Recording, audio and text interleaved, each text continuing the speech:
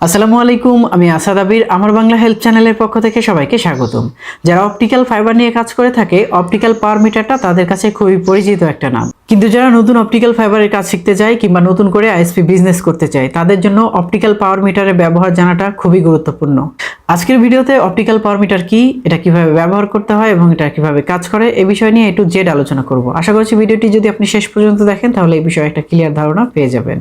আমরা জানি অপটিক্যাল ফাইবারের যে কমিউনিকেশন সেটা লাইট সোর্স বা লেজার সোর্সের মাধ্যমে হয়ে থাকে, কিন্তু এই লাইট সোর্স বা লেজার সোর্স আপনি কখনো খালি চোখে দেখতে পারবেন না। আবার একটা অপটিক্যাল ফাইবার কেবলের মধ্যে লাইন রয়েছে কিনা বা এই লেজার সোর্স রয়েছে কিনা এটা আপনি হাত দিয়ে ধরলেও কখনো বুঝতে পারবেন না। সুতরাং অপটিক্যাল ফাইবারের মধ্যে দিয়ে যে লেজার প্রবাহিত হয় সেই লেজারকে পরীক্ষা করার জন্য এবং সেই লেজারটা কি পরিমাণে রয়েছে সেটা পরিমাপ করার জন্য মূলত অপটিক্যাল পাওয়ার মিটারের ব্যবহার করা হয়। সুতরাং উদাহরণস্বরূপ যদি এটাকে আমি বিদ্যুতের তারের সাথে তুলনা করি, একটা বিদ্যুতের তারের মধ্যে কারেন্ট রয়েছে কিনা সেটা দেখার জন্য একটা টেস্টারের প্রয়োজন হয় এবং কি পরিমাণে ভোল্টেজ রয়েছে সেটা দেখার জন্য একটা ভোল্টমিটার বা অ্যাভোমিটারের প্রয়োজন হয়। অপরপক্ষে আপনি যদি অপটিক্যাল ফাইবারটা টেস্ট করতে চান, সেক্ষেত্রে এর ভিতরে পাওয়ার রয়েছে কিনা সেটা দেখার জন্য আপনাকে অপটিক্যাল পাওয়ার মিটারের প্রয়োজন হবে এবং কি পরিমাণে পাওয়ার রয়েছে সেটা দেখার জন্য এই অপটিক্যাল পাওয়ার মিটারের প্রয়োজন হবে। দুটি কাজই কিন্তু একটা মিটার দিয়ে প্রয়োজন হচ্ছে। এই হচ্ছে একটি পাওয়ার মিটার। এটি বিভিন্ন ব্যান্ডের এবং বিভিন্ন সাইজে কিন্তু হয়ে থাকে। আমি যে ব্যান্ডটা আপনাদেরকে দেখাচ্ছি এটা হচ্ছে সেন্টার ব্যান্ডের। এই ব্যান্ডের অপটিক্যাল পাওয়ার মিটারটা সবচেয়ে বেশি ব্যবহার হয়ে থাকে। উপরের দিকে বেশ কিছু বাটন দেখতে পাচ্ছি, এর মধ্যে মাঝখানে রয়েছে পাওয়ার বাটন। আপনি যদি পাওয়ার বাটনে একটু চাপ দিয়ে ধরে থাকেন তাহলে এই পাওয়ারটা অন হয়ে যাবে।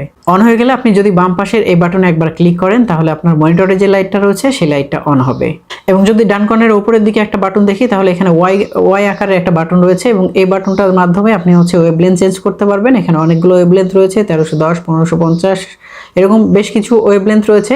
তো আমরা মূলত 1550-এর যে ওয়েভলেন্থ রয়েছে সেটা ব্যবহার করে থাকি এবং সেটা দিয়ে আমরা সবসময় কাজ করে থাকি। তো আপনিও এখানে 1550-এর যে ওয়েভলেন্থ রয়েছে সেটা সবসময় সিলেক্ট করে রাখবেন। যদি একটু উপরের দিকে দেখি তাহলে এখানে একটা কানেক্টর রয়েছে। এখানে আমরা এফসি টাইপের কানেক্টর দেখতে পাচ্ছি এবং এখানে বেশ কিছু কানেক্টর কেনার সময় দিয়ে থাকে। আপনার যেটা প্রয়োজন হয় আপনি প্রয়োজন অনুযায়ী সেই কানেক্টর লাগিয়ে কিন্তু আপনার ফাইবার টেস্ট করতে পারেন।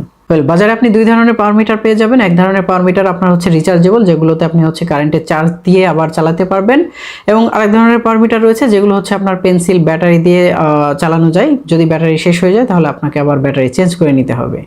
এবার আসুন এটি কিভাবে ব্যবহার করতে হয়। এটি ব্যবহার করা খুবই সহজ। আপনি জাস্ট অপটিক্যাল পাওয়ার মিটারের যে কানেক্টরটা দেখতে পাচ্ছেন এই কানেক্টরের মাথায় যদি একটা ফাইবার লাগাতে পারেন তাহলে আপনি বুঝতে পারবেন যে এই ফাইবারে লেজার রয়েছে কিনা এবং কি পরিমাণে ফাইবারের লেজার রয়েছে। তবে লেজার সম্পর্কে আপনার বেশ কিছু ধারণা থাকতে হবে, যেহেতু আমি আগেই বলেছি যে একটা অপটিক্যাল ফাইবারের যে কানেকশন সেটা লেজারের মাধ্যমে হয়ে থাকে।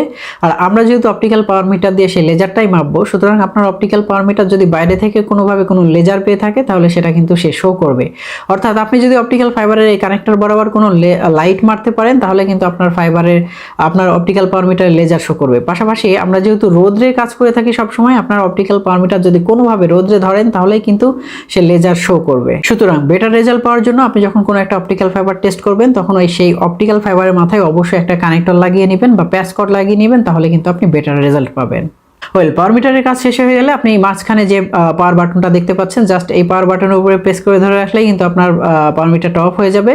যদি আপনি কখনো পাওয়ার মিটার বন্ধ করতে ভুলেও যান তাহলে সমস্যা না, এটি 2 মিনিট পরে কিন্তু অটোমেটিক বন্ধ হয়ে যাবে। তো এই ছিল ভিডিও। আশা করছি ভিডিওটি ভালো লেগেছে। আর ভিডিওটি যদি ভালো লেগে থাকে অবশ্যই চ্যানেলটা সাবস্ক্রাইব করতে ভুলবেন না। পাশে থাকা বেল বাটনটি অবশ্যই বাজিয়ে দিবেন পরবর্তী ভিডিও নোটিফিকেশন পাওয়ার জন্য।